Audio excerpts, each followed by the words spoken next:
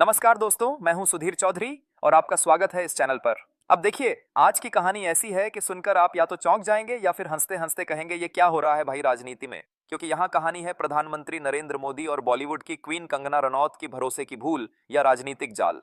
यह सवाल है और यही सवाल आज हम आपके सामने खोलने वाले हैं। तो सबसे पहले आपसे एक छोटा सा रिक्वेस्ट, अगर आप चाहते हैं कि ऐसी ही अंदर की खबरें आपको मिलती रहे तो इस वीडियो को लाइक कर दीजिए। और हाँ, अगर आपको निष्पक्ष पत्रकारिता देखती रहनी है तो हमारे कम को ज्वाइन बटन या सब्सक्राइब प्लस का बटन दबाकर हमारे साथ जुड़ जाइए और कमेंट में बताइए कि आप इस रिपोर्ट को कहां से देख रहे हैं। और हाँ, अगर आप हिमाचल से देख रहे हैं तो कंगना को वोट दिया था या नहीं, यह भी लिख दीजिए। अब दोस्तों, मुद्दे पर आते हैं। खबर यह है कि मोदी जी ने कंगना रनौत को स्मृति ईरानी समझने की भूल कर दी और इस भूल का असर यह है कि अब बीजेपी के गलियारों में हलचल मच गई है। सवाल यह है, आखिर मोदी जी ने कंगना रनौत पर इतना बड़ा भरोसा क्यों किया? क्या उन्हें यह अंदाजा नहीं था कि यह भरोसा उनकी अपनी नाव में छेद कर देगा? देखिए, राजनीति में चेहरे मायने रखते हैं। मोदी जी ने कंगना रनौत को सिर्फ हिमाचल की उम्मीदवार नहीं बनाया, बल्कि उनका नाम खुद अपनी पसंद से आगे बढ़ाया। यानी यह साफ था कि यह कोई साधारण टिकट नहीं है, बल्कि प्रधानमंत्री की तरफ से ग्रीन सिग्नल है। अब जरा सोचिए, वही पसंदीदा चेहरा अगर एक दिन पार्टी और नेतृत्व के खिलाफ खड़ा हो जाए तो हालात कितने बिगड़ सकते हैं। अब दोस्तों, मैं आपको याद दिलाता हूं सुब्रमण्यम स्वामी का तंज। उन्होंने कहा था, मोदी जी का एक पैटर्न है, उनकी पसंदीदा महिलाओं को पहले ऊंचाइयों तक पहुंचाया जाता है और फिर धीरे धीरे किनारे कर दिया जाता है। और इसके लिए मिसाल है स्मृति ईरानी। याद है ना? स्मृति ईरानी कभी मोदी की पोस्टर गर्ल कही जाती थी। हर जगह पोस्टर पर उनका चेहरा, हर भाषण में उनका जिक्र।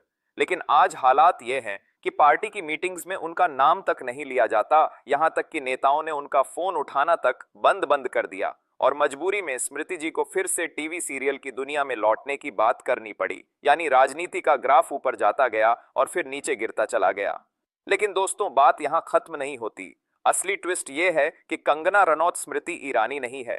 कंगना वह महिला है जो बोलने से डरती नहीं। वह किसी को भी ललकार सकती है, बॉलीवुड हो या राजनीति। उन्होंने शाहरुख खान तक को लपेटा, आमिर खान तक को घेरा और कर्ण जौहर जैसे लोगों को तो रोज रोज आड़े हाथों लिया। अब सोचिए, अगर ऐसी महिला को किनारे किया गया तो वह चुप बैठेंगी क्या? दोस्तों, यही डर बीजेपी के नेताओं को खा रहा है। अंदर खाने लोग कह रहे हैं कंगना को टिकट देना भारी भूल थी। वजह साफ है, कंगना कोई अनुशासित कार्यकर्ता नहीं है। वह आदेश पर चलने वाली नहीं है, वह अपनी मर्जी की मालिक है। दोस्तों, तो वहीं से कहानी को आगे बढ़ाते हैं। अब आप सोचिए, कंगना रनौत जैसी महिला अगर सचमुच बीजेपी के खिलाफ बोलना शुरू कर दें तो क्या होगा? ये वही कंगना है जिन्होंने एक ट्वीट से पूरे बॉलीवुड को हिला दिया था। करण जौहर, आलिया भट्ट, शाहरुख, आमिर, किसी को भी बख्शा नहीं। और अब अगर वही कंगना राजनीति में भी वही अंदाज अपनाए तो बीजेपी के नेताओं की हालत खराब होना तय है। बीजेपी के गलियारों में आजकल जो सबसे ज्यादा सुना जा रहा है वह है कंगना को टिकट देना आत्मघाती कदम था। नेता आपस में फुसफुसाते हुए कहते हैं, लेकिन सामने आकर बोलने से डरते हैं। डर किस बात का? डर इस बात का कि कंगना अगर कल को बगावत कर गई तो उनका असली चेहरा जनता के सामने खोल देंगी। अब दोस्तों, राजनीति में सबसे बड़ा खतरा बाहरी दुश्मन नहीं होता, सबसे बड़ा खतरा होता है अंदर का बागी। और कंगना के बागी बनने का खतरा बीजेपी को सबसे ज्यादा परेशान कर रहा है। यहाँ पर एक दिलचस्प बात आती है। मोदी और शाह ने सोचा होगा कि कंगना सिर्फ मोदी मोदी का नारा लगाकर उनकी ढाल बनेगी, लेकिन असली खतरा यही है कि अगर उन्हें किनारे किया गया तो वह सब कुछ उजागर कर सकती हैं। याद रखिए, कंगना सोशल मीडिया पर बहुत एक्टिव हैं। वह वहां पर किसी को भी नाम लेकर आड़े हाथों ले सकती हैं। और अगर उन्होंने राजनीति में भी वही स्टाइल अपना लिया तो यह मोदी जी के लिए सिर्फ सिरदर्द नहीं, बल्कि एक तरह की राजनीतिक आत्महत्या साबित होगा। अब दोस्तों, थोड़ा पीछे चलते हैं।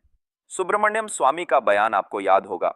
उन्होंने कहा था, मोदी की राजनीति की सबसे बड़ी कमजोरी उनकी महिलाएं हैं। यह बयान सुनने में मजाक लगता है, लेकिन राजनीति की किताब खोलकर देखिए तो यह बार बार सही साबित होता दिखता है। स्मृति ईरानी को देखें, निर्मला सीतारमण को देखें और अब कंगना रनौत की बारी है। फर्क बस